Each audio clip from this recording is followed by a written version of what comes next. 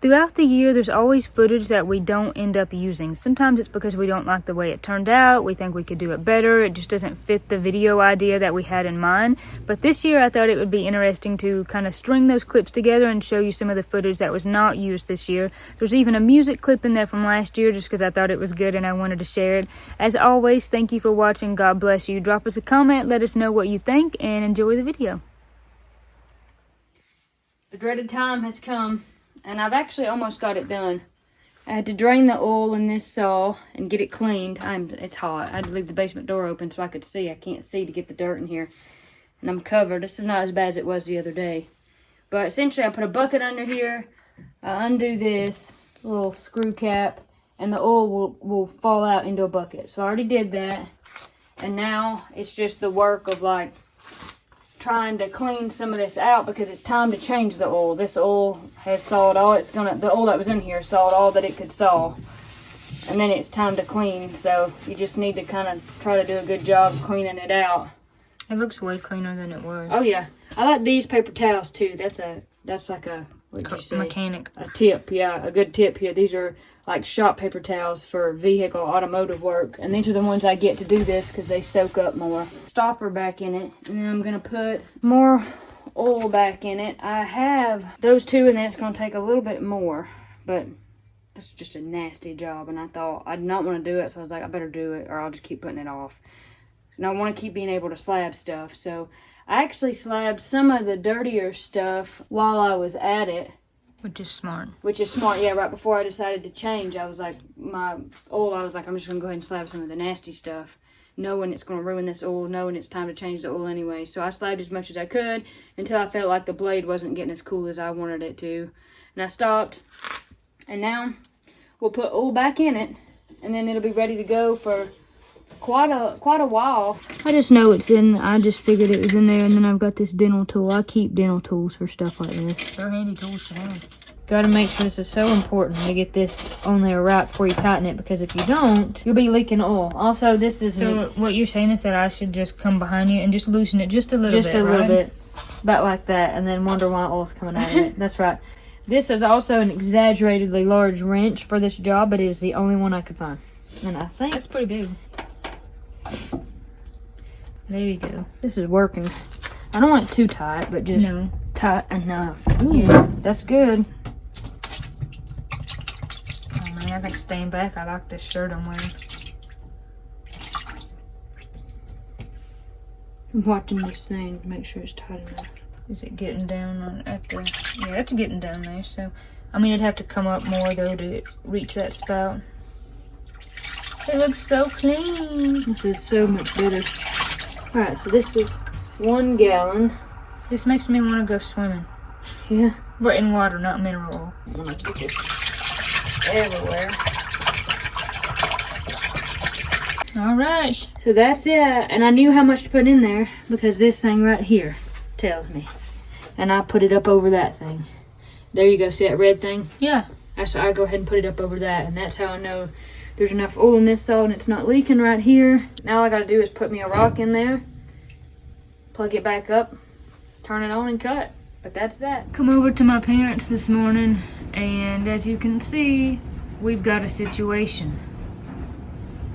There is a snake up there.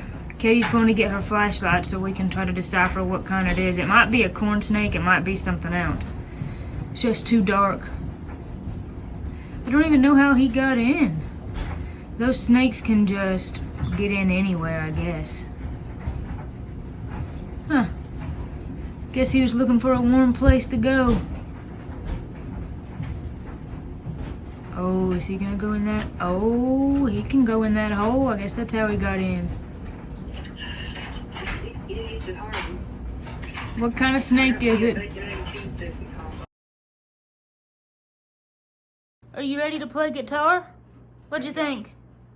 Can you play guitar? With your big meat feet? Lights, camera, action, Mom.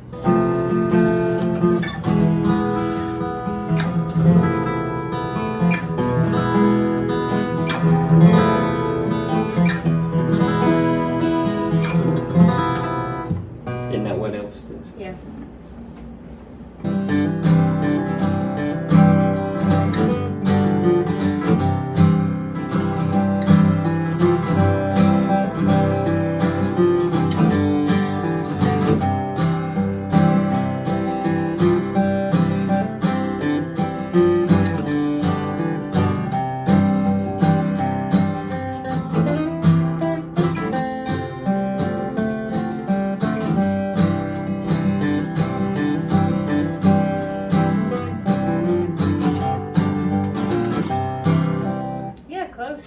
You almost had it. Did I speed it up on you a little? I felt like I might have. No, you didn't need to speed it up.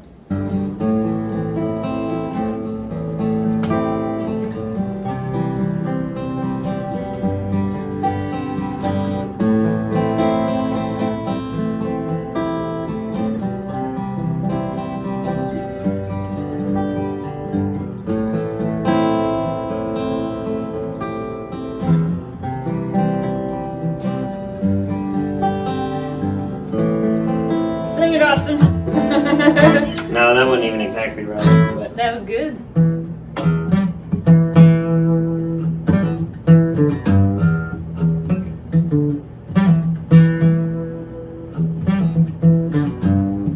something Yeah. like that.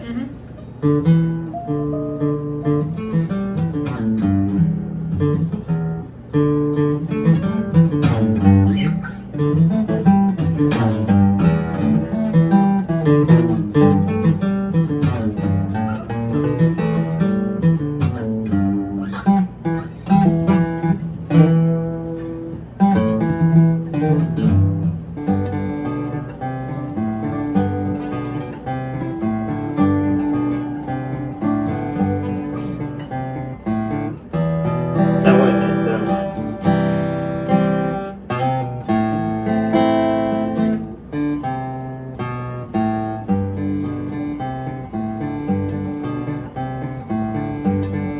I don't know, babe. Well, you played a second ago.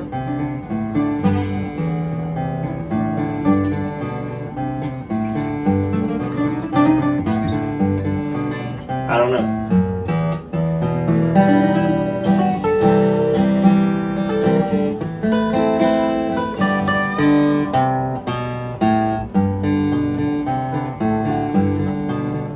See, pentatonic didn't really work right there.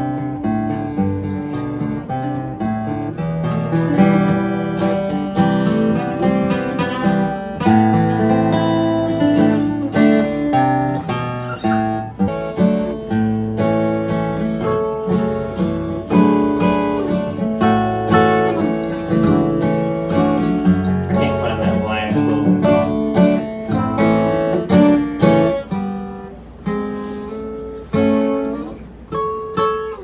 Today I'm going to make a lemon balm tincture. It is super easy, and lemon balm is probably one of my favorite herbs, and it's the first one that I got into years ago. I used to kind of study herbs and do a lot with them, and in the recent years I've gotten busy and kind of got away from it, and now I'm kind of returning to it a little bit. But lemon balm is one of my all-time favorite herbs.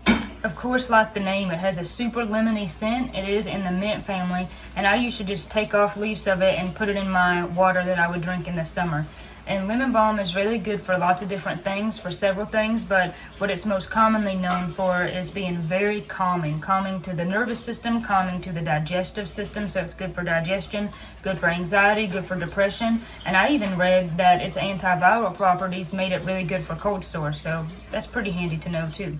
It's not been long since I planted this, and it has really just taken over. This is like a very prolific plant. As far as washing the leaves before I make this tincture, I'm not going to wash mine because they're growing in my yard and my parents' yard, and I know they haven't been sprayed and they haven't been exposed to any kind of serious chemicals. Another reason I don't really want to wash these leaves is because they are so volatile. They store so much oil in their leaf, and that's why we're going to make this tincture fresh instead of drying them first.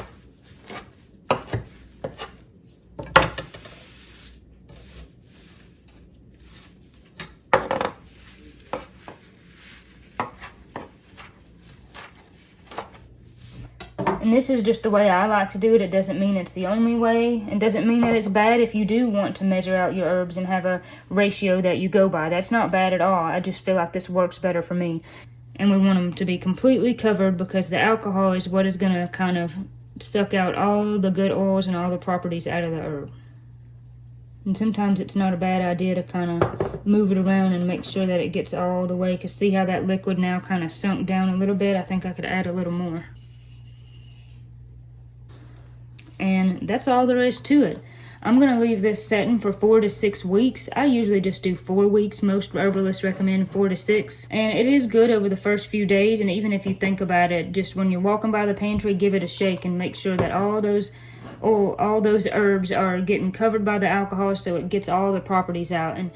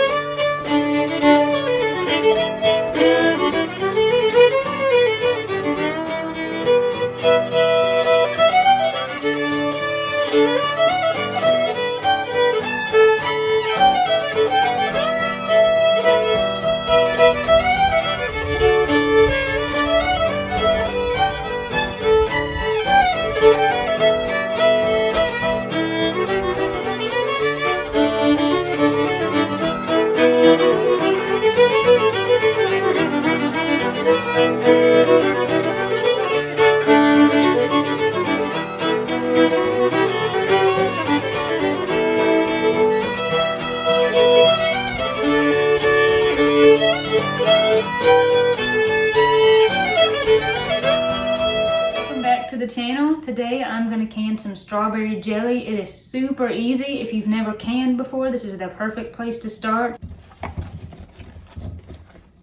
Before I finish washing these, I want to talk about the amount of strawberries that you need. So I am making strawberry jelly, not jam, because my husband Austin cannot do seeds. However, the recipe and the way you go about making this jelly is the same as if you were making jam, minus the extra step of straining out the seeds that I'm gonna do. I'm also using a low sugar pectin. You don't have to do that if you don't want to. Every box of pectin comes with this paper and it tells you amounts that you need.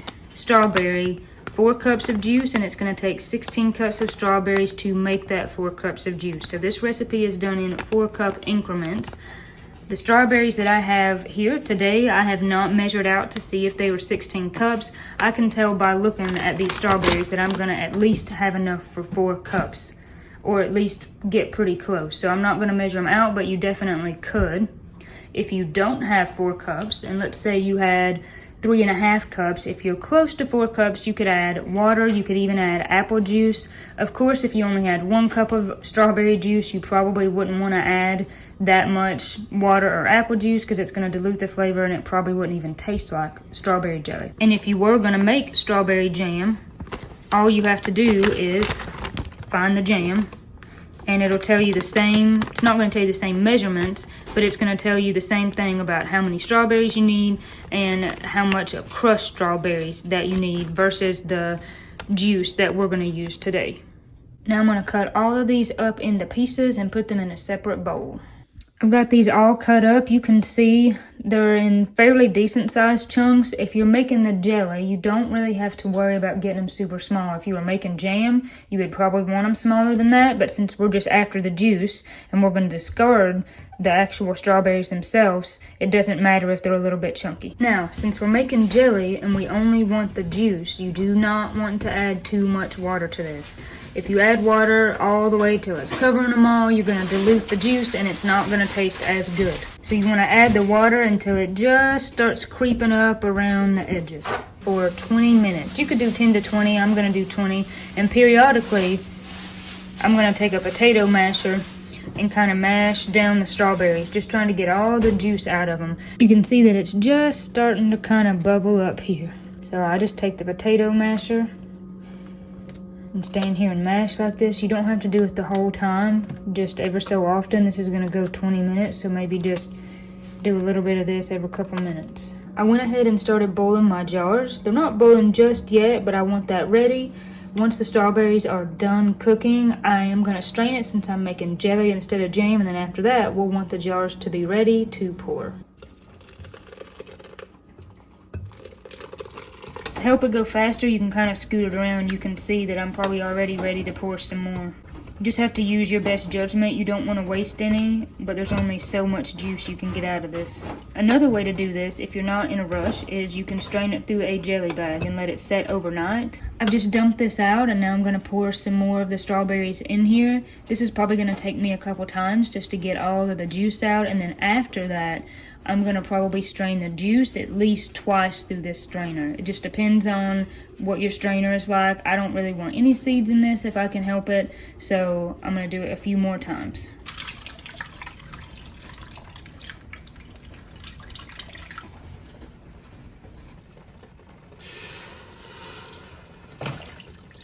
So I ended up with 8 cups instead of 4 cups, so I can double this recipe. So I'm gonna add 2 things of pectin instead of 1. And then I'm gonna go ahead and add the sugar. So one recipe or one batch calls for 3 cups of sugar, so I'm gonna use 6 cups of sugar.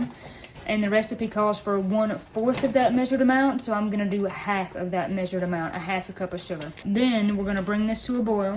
We're gonna boil it for a minute. Then we're gonna add the remaining sugar.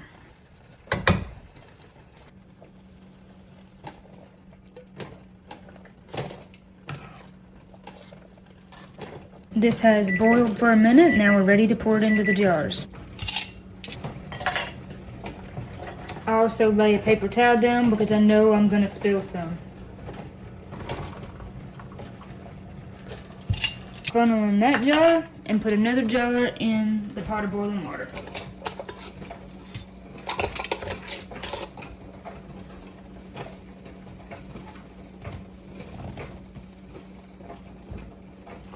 I also like to turn my jars upside down because that puts a lot of heat on that lid, and the theory behind it is that it will help it seal better.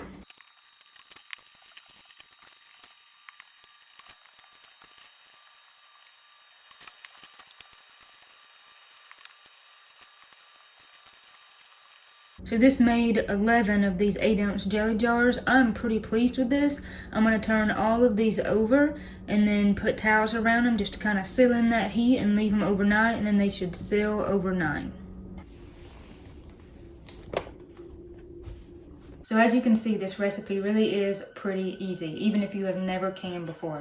Whether you're making jelly like I was or even jam, it's really just 4 steps. Cutting and preparing your strawberries, adding your pectin and your sugar, boiling it, adding the remaining sugar, boiling it for a minute, and pouring it into the jars. It's really pretty simple. But I've enjoyed picking with you. See, I told you. Thank you. Told you.